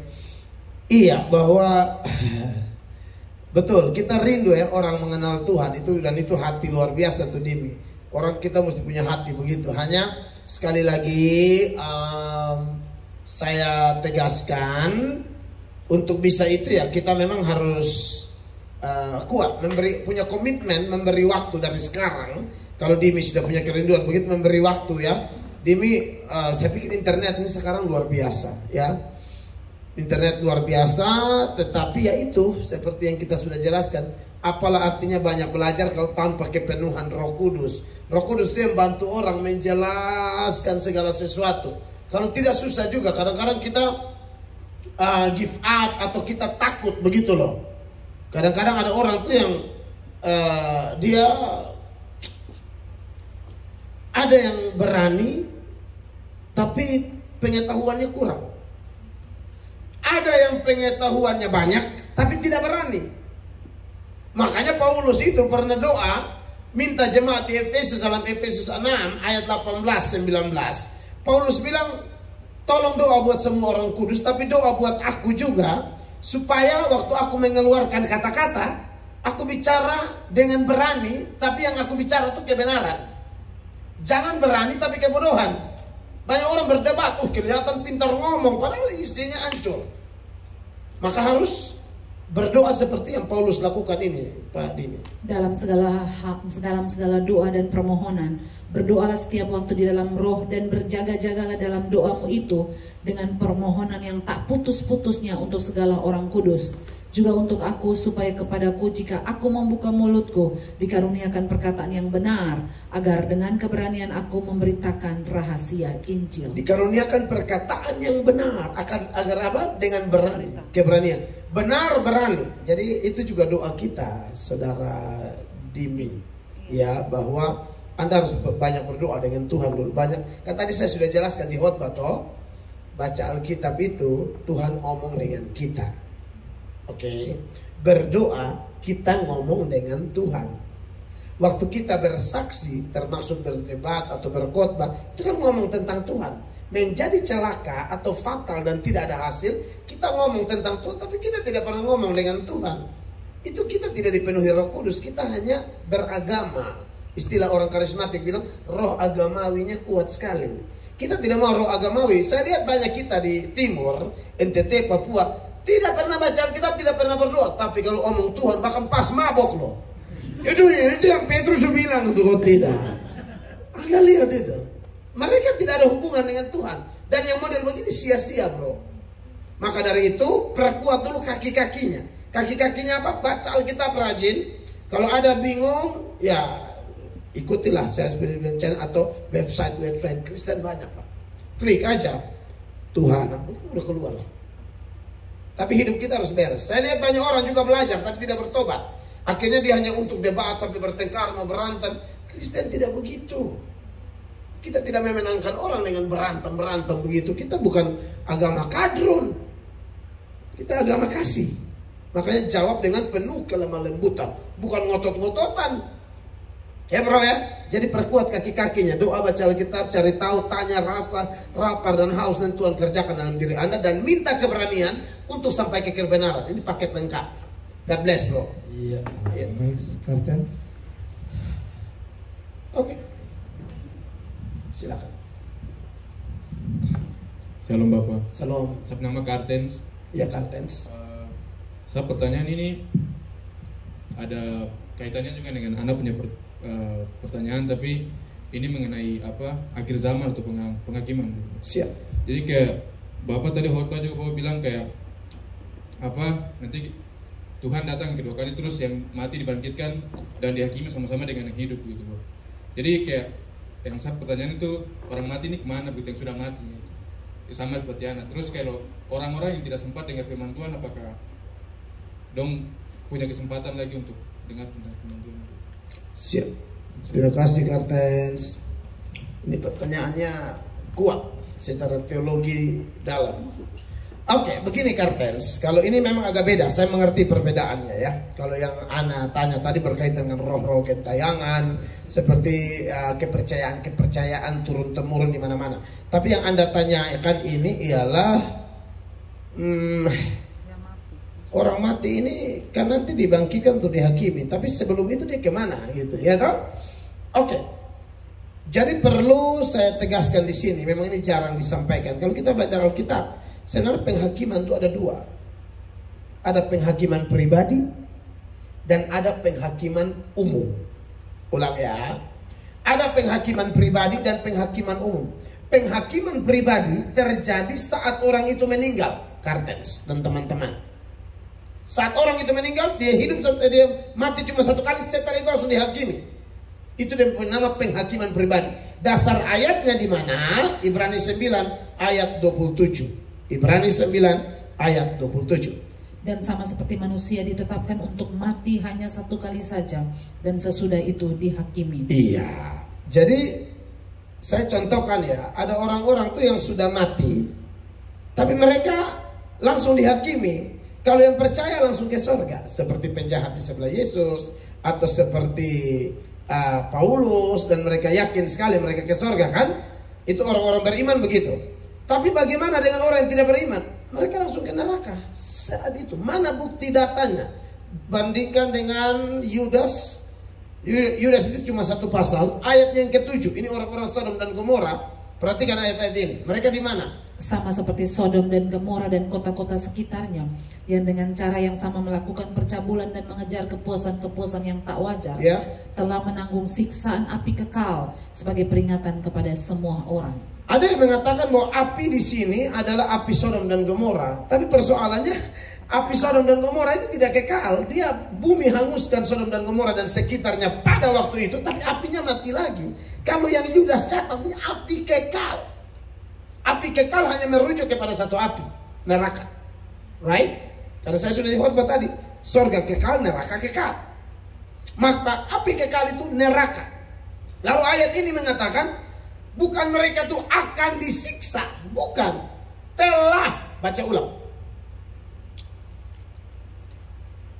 Sama seperti Sodom dan Gomora dan kota-kota sekitarnya, yang dengan cara yang sama melakukan percabulan dan mengejar kepuasan-kepuasan yang tak wajar, telah menanggung siksaan. Telah, bukan akan. Kalau akan tuh nanti, ini telah menanggung siksaan api kekal sebagai peringatan kepada semua orang. Sedangkan Wahyu 6 ayat 7 dan ayat 9 dan 10 tadi saya sudah jelaskan, ada jiwa-jiwa di surga yang berdoa. Sampai di situ Kartens bisa tangkap ya. Jadi bagi yang percaya itu langsung jiwanya di surga. Nanti baru saya kaitkan. Lalu kaitannya dengan penghakiman umum bagaimana? Ini saya maju sampai situ. Sedangkan yang tidak percaya langsung disiksa. Oke, deal ya, datanya jelas. Nah, ini penghakiman pribadi. Tapi nanti ada penghakiman universal, Pak. Itu seperti yang dicatat dalam 2 Korintus 5 ayat 10. Nah, ini penghakiman umum. Perhatikan. Sebab kita semua harus menghadap takhta pengadilan Kristus. Garis bawahi, kita semua. Kalau yang tadi kan pribadi-pribadi. Tapi kita semua, nanti saya jelaskan teknisnya bagaimana. Kita semua ini akan diperhadapkan kepada pengadilan. Terus? Supaya setiap orang memperoleh apa yang patut diterimanya, sesuai dengan yang dilakukannya dalam hidupnya, baik maupun jahat. Nah, jadi ternyata begini, Bro Kartens dan teman-teman. Pada waktu orang mati, orang percaya, jiwanya di surga. Wahyu banyak data sih, saya kasih yang jelas-jelas saja. Wahyu 6, 9, 10. Tapi ada yang ke neraka. Sebagai contoh adalah Yudas 1 ayat 7. Nah, nanti hari kebangkitan ini, Kartens, itu akan ada tubuh kemuliaan. Jadi roh mereka yang di surga ini, itu akan digabungkan dengan tubuh kemuliaan. Makanya Alkitab bilang, yang meninggal di laut, yang dimana akan dipersatukan. Sehingga akan terjadi pengadilan umum. Pengadilan umum ini untuk apa? Pengadilan umum tidak akan merubah keputusan pengadilan pribadi. Sekali surga tetap surga, Sekali neraka tetap neraka. Dari sorga tidak bisa pindah ke neraka, dari neraka tidak bisa pindah ke sorga. Kita diperlengkapi dengan tubuh yang baru. Jadi yang sekarang tuh yang ada di sorga apa? Jiwanya aja, tubuh belum ada. Tubuh itu waktu kebangkitan, Bro Cartens. Yang ada di neraka juga hanya jiwa mereka yang tersiksa. Nanti dilengkapi dengan tubuh tertentu untuk lanjut siksaan selama-lamanya. Makanya dalam Daniel 12, ya bukan Pak Daniel Pango ya, Daniel 12 ayat 2, itu ayat bilang begini. Daniel 12 ayat 2. Dan banyak dari antara orang-orang yang telah tidur di dalam debu tanah akan bangun, sebagian untuk mendapat hidup yang kekal, sebagian untuk menghalami kehinaan dan kengerian yang kekal. Jadi ada yang hidup kekal, ada yang disiksa selama-lamanya. Nah itu setelah dia digabungkan. Begitu Cartens. Jadi itu kedua penghakiman itu yang kurang dijelaskan di gereja-gereja. Padahal data-datanya jelas ya. Ini saya tidak pakai pandangan mana-mana, ini pakai pandangan kitab suci saja. Ya, datanya jelas. Makanya Stefanus yakin sekali. Saya mati, Yesus terimalah rohku. Kalau Stefanus mati, rohnya kemana? Pas ke Tuhan Yesus. Tuhan Yesus di mana? Di sorga. Tapi tubuhnya belum. Nanti hari kebangkitan baru kita semua seragam pakai tubuh, Pak. Itu secara umum, tapi tidak merubah keputusan penghakiman pertama. Maka dari itu jangan main-main dengan Tuhan. Bertobat sungguh-sungguh. Karena waktu mati itu sudah penghakiman pribadi berlangsung. Nanti penghakiman umum baru kita digabungkan sama-sama seluruh malaikat, mulai dari semua malaikat ada, semua manusia mulai dari Adam, manusia pertama sampai manusia terakhir. Saya tidak tahu siapa punya anak itu. Pokoknya pasti dia ada. Oh iya dong. Ada manusia itu saya tidak tahu. Apakah anak Papua, anak Cina saya tidak tahu. Ya, atau anaknya Pamel Atok ya. Sudah cukup mau anak apa lagi? Pamel Atok punya anak lagi gitu loh. Ya. Itu Tuhan hanya menyatakan keadilan Tuhan di dalam pengadilan umum tanpa merubah keputusan pengadilan pribadi. Begitu jawaban saya. God bless, bro. Mungkin sekarang terakhir. Oh masih ada dua ya. Wanita dulu. Oke. Justin.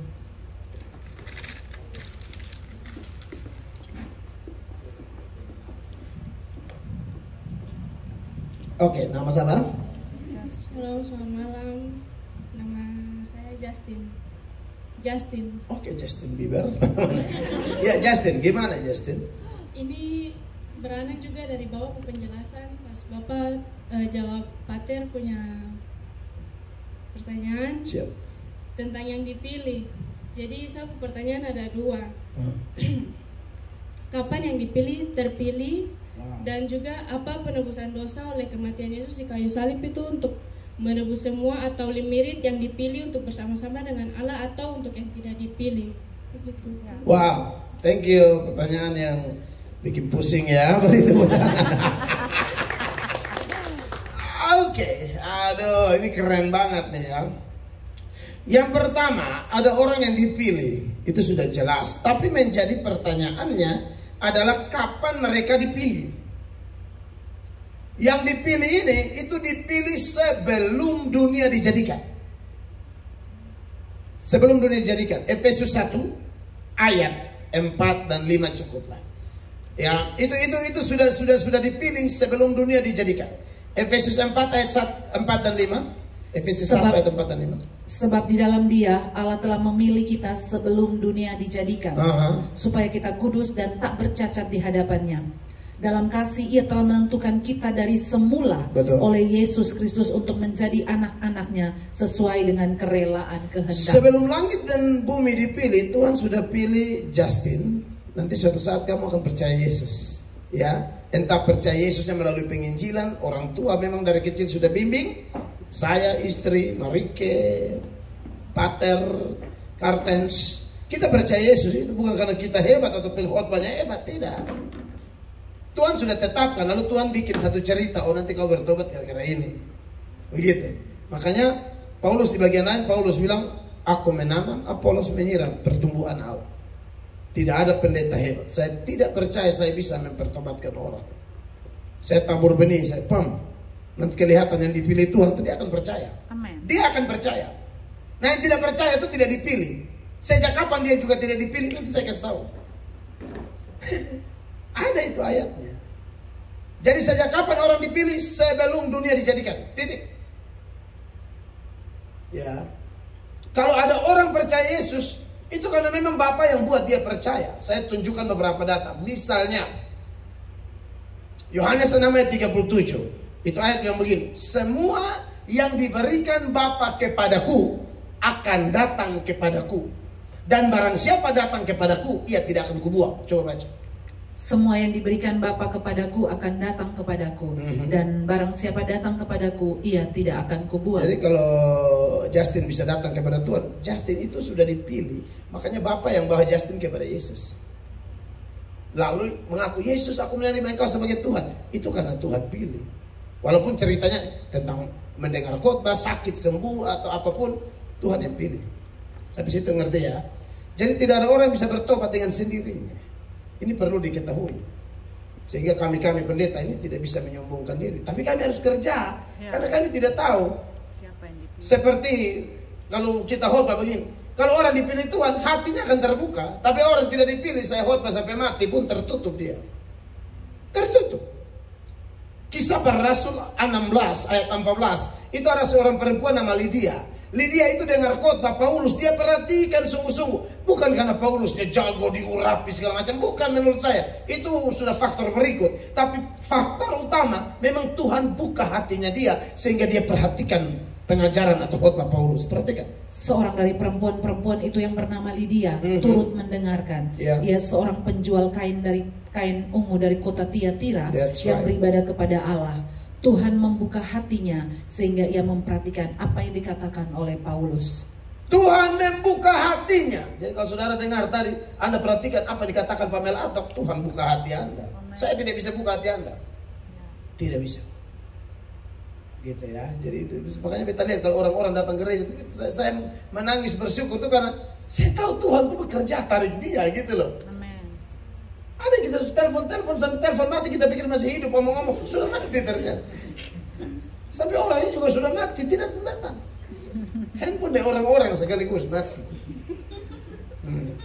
Begitu. Sedangkan mereka yang tidak dipilih Justin, ya itu juga memang dari awal tidak dipilih. Wahyu 13 ayat 8. Wahyu 13 ayat 8. Ini orang-orang yang tidak dipilih, Kak. Ini sudah cukup menjawab pertanyaan kedua sebenarnya. Next. Dan semua orang yang diam di atas bumi akan menyembahnya, yaitu setiap orang yang namanya tidak tertulis sejak dunia dijadikan di dalam kitab kehidupan dari anak domba yang telah disembelih. Tidak tertulis sejak dunia dijadikan. Mengerti ya Justin ya? Nah kalau begitu, Yesus tuh, penebusan Yesus berlaku bagi siapa? Ya berlaku bagi yang percaya saja, Kak. Yohanes 3 ayat 16 bilang apa? Karena begitu besar kasih Allah akan dunia ini, sehingga ia telah mengaruniakan anaknya yang tunggal, supaya setiap orang yang percaya, yang tidak percaya ya masuk neraka. Makanya neraka disiapkan. Begitu Kak ya? Dari sudut pandang manusia kita mengatakan Yesus mati untuk semua orang, begitu kan? Tapi sebenarnya dari sudut pandang Allah itu ada orang pilihan, ada tidak. Tapi itu urusan Tuhan ya. Kita tidak tahu loh ya, siapa dipilih, siapa tidak. Jangan Anda di sini tiba-tiba lihat kawan langsung bilang tidak dipilih. Siapa suruh kau? Ya, saya aja tidak dikasih karunia untuk mengetahui siapa dipilih, siapa tidak. Kita hanya disuruh kerja, beritakan Injil, bikin ibadah, nyembah Tuhan, that's it. Right? Soal nanti di penyaringan ternyata ada yang palsu-palsu ya, itu porsi Allah. Urusan kita kerja. Sampai situ ngerti Justin ya, simpel sih. Saya bisa bikin lebih sulit, tapi nanti kita pulang muntah-muntah. Oke, Tuhan berkati. Oke. Satu lagi ya Pak, terakhir. Silakan. Baik, Chris dulu. Karena dia dulu di sudut terakhir. Chris. Selamat malam Bapak. Malam Chris. Saya pertanyaan tentang karunia rohani. Ada dua, karunia rohani sama buah roh. Bapak tanggapan tentang kayak dari sejak dulu tuh ada kesaksian-kesaksian dari beberapa orang-orang yang bisa dibilang tuh juga kayak macam kandung kesaksian pun ternama gitu, dan jadi kayak dan kesaksian tentang dan dibawa ke neraka dan surga. Oke. Bagaimana Bapak tanggapan tentang itu? Terus kalau tentang yang karunia rohani ini, bagaimana kita bisa tahu itu karunia rohani gitu? Siap. Oke, thank you banget. Siapa dia? Chris. Kesaksian orang naik ke surga dan ke neraka. Bahkan ada yang naik tiap Jumat ya. Saya kalau yang naik, saya tidak kembali lagi. Pusing di dunia ini, masalah banyak. Tapi ada tuh yang naik tiap Jumat. Pokoknya sudah bosan di bumi, ke surga gitu kata. Buset dah. Ya kan? Saya pikir kok gampang banget ini orang bolak-balik surga, bosan ke surga, ke neraka, balik lagi ke Tangerang. Oke, begini Pak Kris dan semua anak-anak muda luar biasa. Saya harus jelaskan Tuhan yang kita sembah itu God is independent God. You know what I mean?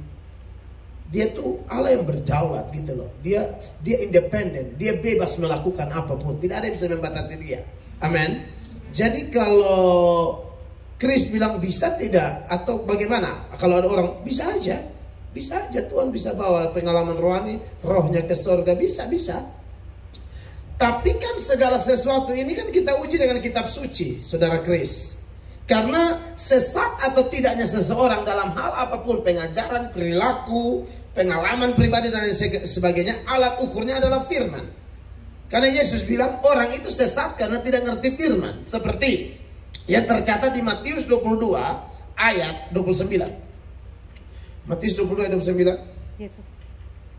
Yesus menjawab mereka, kamu sesat sebab kamu tidak mengerti kitab suci Sampai maupun kuasa Allah. Kamu sesat karena kamu tidak ngerti kitab suci. Nah, kenapa kita belajar kitab suci? Supaya bisa uji kesaksian orang. Apalagi pengalaman-pengalaman spektakuler seperti itu. Paulus itu ya, Chris, dia pernah ke sorga. Tapi setelah pulang dari sorga, Paulus dilarang bicara banyak. Nah, ini kontras dengan yang sering-sering bilang pergi nih. Saya di sana tuh dingin, di tikungan itu rame banget. Saya jadi bingung. Paulus aja nih Paulus ya, yang rasul, rohnya diangkat ke sorga, disuruh dari sorga, lu balik jangan omong banyak lo. Ada kata-kata yang tidak boleh diomongin. Ini kok bingung, orang bisa kok kelihatannya kesaksian dia lebih lengkap dari kesaksian Alkitab tentang sorga. Menurut saya ada yang salah di situ. Kesaksian tentang sorga paling lengkap adalah Alkitab. Tuhan sudah bukakan itu kepada Paulus, Tuhan sudah bukakan itu kepada Yohanes di Pulau Patmos. Yang lain Tuhan sembunyikan supaya surprise buat kita. Sorga ini bukan sentani. Dia tidak sebenarnya naik gunung begini ini baru ada tikungan. Itu kayak sentani sama timika gitu lah. Kita surga ini harus kejutan. Kalau semua udah dibongkar di sini, rasa ke surga biasa-biasa aja. Saya udah tahu dari tetangga saya. Kan gitu. Saya yakin yang dibukakan itu belum semua, supaya yang lain itu bikin kita excited. Kita jangan kerasan di bumi loh. Kita pengennya ke sana. Kan gitu bro.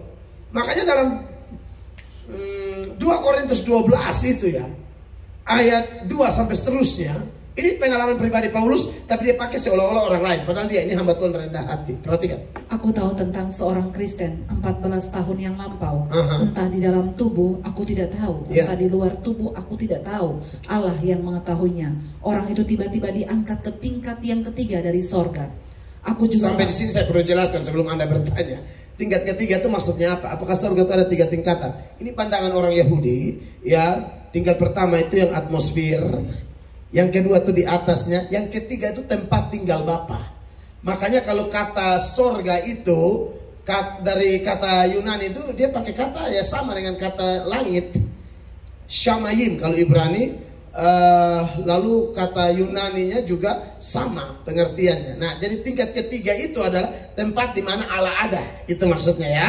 Jadi bukan berarti surga itu ada 3 tingkatan bukit, bukan. Ini cara berpikir orang Ibrani. Kalau kita tidak usah pakai cara berpikir mereka, kita bilang aja surga itu ya tempat tinggal Bapa, gitu ya. Next. Aku juga tahu tentang orang itu, entah di dalam tubuh, entah di luar tubuh, aku tidak tahu. Allah yang mengetahuinya.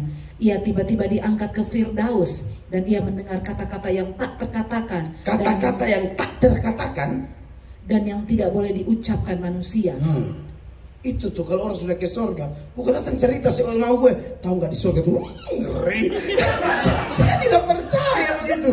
Surga kok kayak ibu-ibu di RT 12 cerita-cerita nama orang.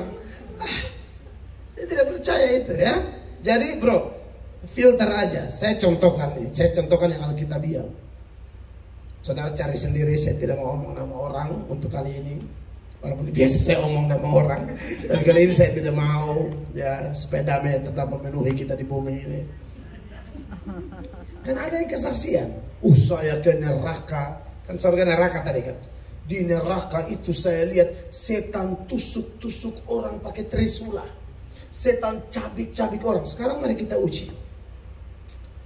Setan itu, siapa yang angkat dia jadi algojo, cabik-cabik orang di neraka. Dan neraka itu sebenarnya tempat setan menyiksa atau tempat setan disiksa. Mari kita pelajari. Alkitab ngomong apa? Ingat, alat ukurnya Alkitab. Yesus bilang kamu sesat karena tidak ngerti kitab suci. Anda kalau belajar kitab suci ajar setan itu disiksa di neraka, bukan menyiksa. Siapa yang angkat dia jadi algojo siksa-siksa orang? Ya. Dia itu cuma ganggu kita di bumi sini. Ya. Karena dia tahu dia tuh neraka tuh diciptakan untuk dia. Dia tahu akan masa neraka. Dia tidak mau masuk sendiri, dia cari kawan. Saya sama Pak Daniel juga cari kawan masuk surga. Kalian mau ikut mana? Gitu loh. Kira-kira begitu. Saya buktikan bahwa setan itu disiksa, bukan menyiksa. Waktu Yesus ketemu dua orang kerasukan di Gadara dalam Matius 8 ayat 28-29, roh-roh jahat dalam orang itu bilang begini waktu mereka lihat Yesus. Perhatikan. Setibanya di seberang, yaitu di daerah Gadara, datanglah dari perkuburan dua orang yang kerasukan setan menemui Yesus.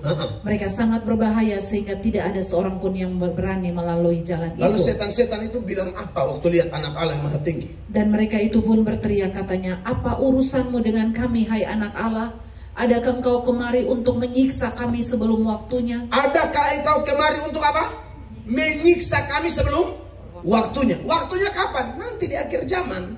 Wahyu 20 ayat 10. Wahyu 20 ayat 10. Itu baru mereka disiksa. Jadi Anda bisa uji saja di penglihatan. Penglihatannya bohong itu. Dan iblis yang menyesatkan mereka dilemparkan ke dalam lautan api dan belerang, yaitu tempat binatang dan nabi palsu itu. Dan mereka disiksa siang malam sampai selama-lamanya. Mereka di apa? Disiksa siang malam. Jadi jangan percaya. Gampang sekali kok menguji kesaksian orang. Dengar, periksa Alkitab. Makanya itu kalau orang kuat Alkitab, aduh, ini satu baru bersaksi itu tahu. Ini bohong ini. Bohong ini. Saya pernah satu kali ya, Mam ya. Mirip kayak pertanyaan Ana tadi. Ini orang ngotot sekali minta pelayanan Pak Daniel. Saya ini udah was-was aja gitu loh. Waduh, saya jangan live. Saya takut kalau live bermasalah karena live-nya saya ini selalu saya pertanggungjawabkan. Pengajarannya ini datang orang, betul, kesaksiannya hancur. Tiba-tiba tuh arwah nenek saya tuh keluar. Saya naik khotbah kembali, saya kasih lurus. Pak, minta maaf ya Pak, kesaksian Pak tuh kacau tuh. Tidak Alkitabiah, langsung saya buktikan dengan data-data. Oh gimana lagi? Masalahnya sudah ngomong di depan, sudah makan korban begini banyak. Saya kalau tidak klarifikasi, kasihan pendengar. Apalagi yang iman baru bertumbuh. Oh tambah lagi dia juga baru mimpi nenek. Pas, nenekmu sama nenekku satu persekutuan doa. Kan begitu. Kan begitu, kacau kan. Aduh, saya bilang ini bahaya model begini nih. Jadi bro, tidak ada itu kesaksian model begitu. Menurut saya kesaksian tentang surga paling lengkap Alkitab suci. Neraka pun paling lengkap kitab suci. Jadi filter baik-baik. Kita tidak larang orang bersaksi, tapi ya duduk dengar baik-baik ya. Jangan saudara orang tidak mengerti apa-apa. Amin, amin, amin apa? Sesat begitu amin. Amin itu artinya ya betul, tidak meleset. Ini meleset semua kok. Amin, amin. Ya, oke. Oke, terakhir, Mo. Wah keren ya anak-anak Papua nih. Ini yang saya lakukan di Manokwari. Saya tanya jawab dengan pendeta-pendeta. Sampai ada yang pikir saya dokter teologi, padahal tidak. Saya ini sarjana teologi ya. Hanya suka belajar, that's it. Bukan dokter, baru mau kuliah S2. Silakan. Shalom Bapak, punya pertanyaan. Itu kan waktu kecil pernah sekolah minggu, baru guru sekolah minggu bilang ada dosa 3P gitu. 3P? Iya, perkataan, perbuatan, sama pemikiran. Oke, lebih baru. Oke. Baru kalau misalnya kayak dosa perbuatan gitu kan, maksudnya kita masih bisa hitung-hitung, jangan buat gitu. Untuk berhenti gitu, biar jangan buat dosa. Perkataan juga begitu, tapi pemikiran bagaimana Bapak? Maksudnya itu memang ada atau tidak dosa pemikiran? Baru kalau ada, how we deal with it? Oke. Luar biasa. Salam itu guru sekolah minggu ya. Terima kasih bro. Nama siapa? Moritz. Thank you so much Moritz.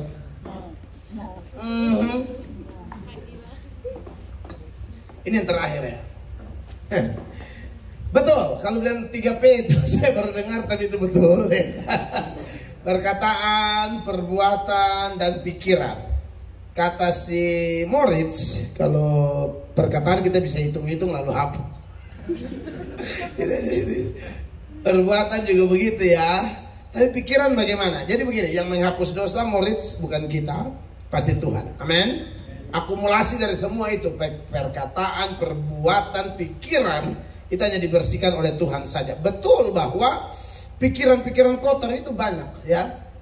Sebenarnya dikaitkan dengan hati tadi yang Pak Nahor tanyakan, itu sebenarnya satu paket itu sisi jasmani dan sisi rohaninya manusia ya. Sisi kelihatan dan tidak kelihatan. Pokoknya namanya bicara jiwa, di dalamnya sudah ada hati, pikiran, perasaan, semua jadi satu gitu loh. Jadi dosa-dosa ini jelas akan sangat mengganggu, dan terutama serangan di pikiran itu ya. Pikiran itu paling ngeri. Makanya kalau orang bilang kata bertobat dari kata Yunani itu metanoia. Metanoia itu artinya perputaran pikiran 180 derajat.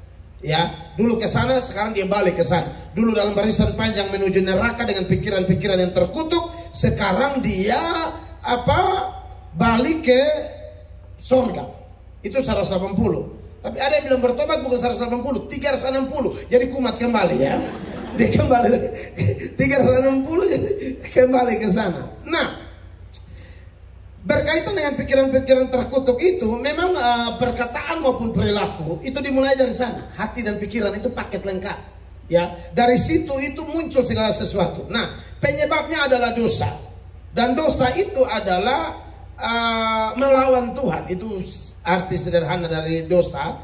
Dan karena orang melawan Tuhan, maka akhirnya ada salah satu sikap Tuhan yang paling luar biasa. Ini tiba-tiba saya ingat, dan Tuhan baik tuntun kita dalam tanya jawab ini. Itu Tuhan tuh seperti, saya pakai bahasa, lepas tangan. Kau ini dipanggil mau diubah tapi tidak mau. Ini dari sisi Tuhan kepada kita. Ayo marilah kepadaku semua yang letih lesu dan berbeban berat, aku akan beri kelegaan kepadamu dan lain sebagainya. Tapi dia tolak. Maka Tuhan lepas tangan. Tuhan menyerahkan dia kepada pikiran-pikiran yang terkutuk. Dan dari pikiran-pikiran terkutuk ini, kemudian dia melakukan hal-hal yang tidak pantas. Di mana ayatnya? Buka Roma 1. Mulai ayat 18. Baca pelan-pelan ini ayat, supaya saya mau sambung menyambung beri keterangan. Perhatikan. Sebab murka Allah nyata dari sorga atas segala kefasikan. Roma 1 ayat 18 ya. 28, sorry. Aduh, 28. 18 tambah 10 lagi 28 pas sudah. Dan karena mereka tidak merasa perlu untuk mengakui Allah. Karena mereka merasa tidak perlu mengakui Allah. Ini orang-orang sombong yang dikasih kesempatan tapi tidak manfaatkan kesempatan. Next. Maka Allah menyerahkan mereka kepada pikiran-pikiran yang terkutuk. Allah menyerahkan mereka kepada pikiran-pikiran yang terkutuk. Dari pikiran-pikiran ini mereka melakukan tidak pantas, sehingga mereka melakukan apa yang tidak pantas. Nah, ini contohnya yang tidak pantas itu, kan dia titik 2 di situ ya. Itu artinya menjelaskan keterangan apa saja dampak manifestasi dari pikiran-pikiran terkutuk itu. Ini dia. Penuh dengan rupa-rupa kelaliman, kejahatan, keserakahan, dan kebusukan. Penuh dengan dengki, pembunuhan, perselisihan, tipu muslihat, dan kefasikan. Terus. Mereka adalah pengumpat, pemfitnah, pembenci Allah, kurang ajar, congkak, sombong, pandai dalam kejahatan, tidak taat kepada orang tua, tidak berakal, tidak setia, tidak penyayang, tidak mengenal belas kasihan. Sebab walaupun mereka mengetahui tuntutan hukum Allah, yaitu bahwa setiap orang yang melakukan hal-hal demikian patut dihukum mati, mereka bukan saja melakukannya sendiri, tetapi mereka juga setuju dengan mereka yang melakukannya. Jadi begitu ya Moritz dan kawan-kawan. Inilah, kalau Tuhan sudah lepas tangan, selesai ini orang. Tetapi sebenarnya kita juga ya, yang manusia-manusia berdosa ini, kita juga bisa ada kemungkinan pikiran-pikiran seperti itu. Maka caranya bagaimana untuk menghapus itu semua dari pikiran kita, hidup kita? Cuma satu, sama solusinya, terima Yesus. Waktu orang terima Yesus, dia itu dijadikan ciptaan baru. Dan dibaharui dalam apa? Roh dan pikiran. Efesus 4 mulai ayat 22 coba. Efesus 4, 22, 23 dan seterusnya sampai 24. Yaitu bahwa kamu berhubung dengan kehidupan kamu yang dahulu harus menanggalkan manusia lama yang menemui kebinasaannya oleh nafsunya yang menyesatkan. Betul. Supaya kamu dibaharui di dalam roh dan pikiranmu. Supaya kamu dibaharui di dalam apa? Roh dan pikiranmu. Begitu. Nah, kalau sudah dibaharui begini, kita kan akan, pikiran kita tuh sudah menjadi pikiran yang luar biasa, seperti Filipi 4 ayat 7 dan 8. Ini ayat terakhir deh, tapi berkaitan dengan pikiran. Silakan. Filipi 4, 7, 8. Damai sejahtera Allah yang melampaui segala akal. Betul. Akan memelihara hati dan pikiranmu dalam Kristus Yesus. Hati dan pikiranmu tadi yang sudah kotor sekarang sudah dibersihkan, Tuhan pelihara. Lalu dia akan berubah menjadi pikiran-pikiran yang positif, yang mulia, yang kudus. Perhatikan. Jadi akhirnya saudara-saudara, ya, semua yang benar, semua yang benar, semua yang mulia, semua yang adil, semua yang suci, semua yang manis, semua yang sedap didengar, semua yang disebut kebajikan dan patut dipuji, pikirkanlah semuanya itu. Nah, jadi di situ kita harus bekerja. Jadi Tuhan nomor 1, bro. Ya, dan saya percaya bahwa Tuhan membersihkan mulai pikiran, kata-kata, semua. Seluruh eksistensi hidup kita yang kotor, Allah bersihkan. Dan memang paling berat di pikiran. Oleh karena itu, kita harus kuat dekat dengan Tuhan. Itu aja sih. Hidup ini peperangan. Hidup ini peperangan. Tidak ada yang hidup main-main, ya. Itu jawaban saya. Tulis memberkati. Tuhan memberkati. Terakhir Joshua. Mau doa makan. Oke, Matlik. Oh, masih ada? Sudah, oke. Sudah.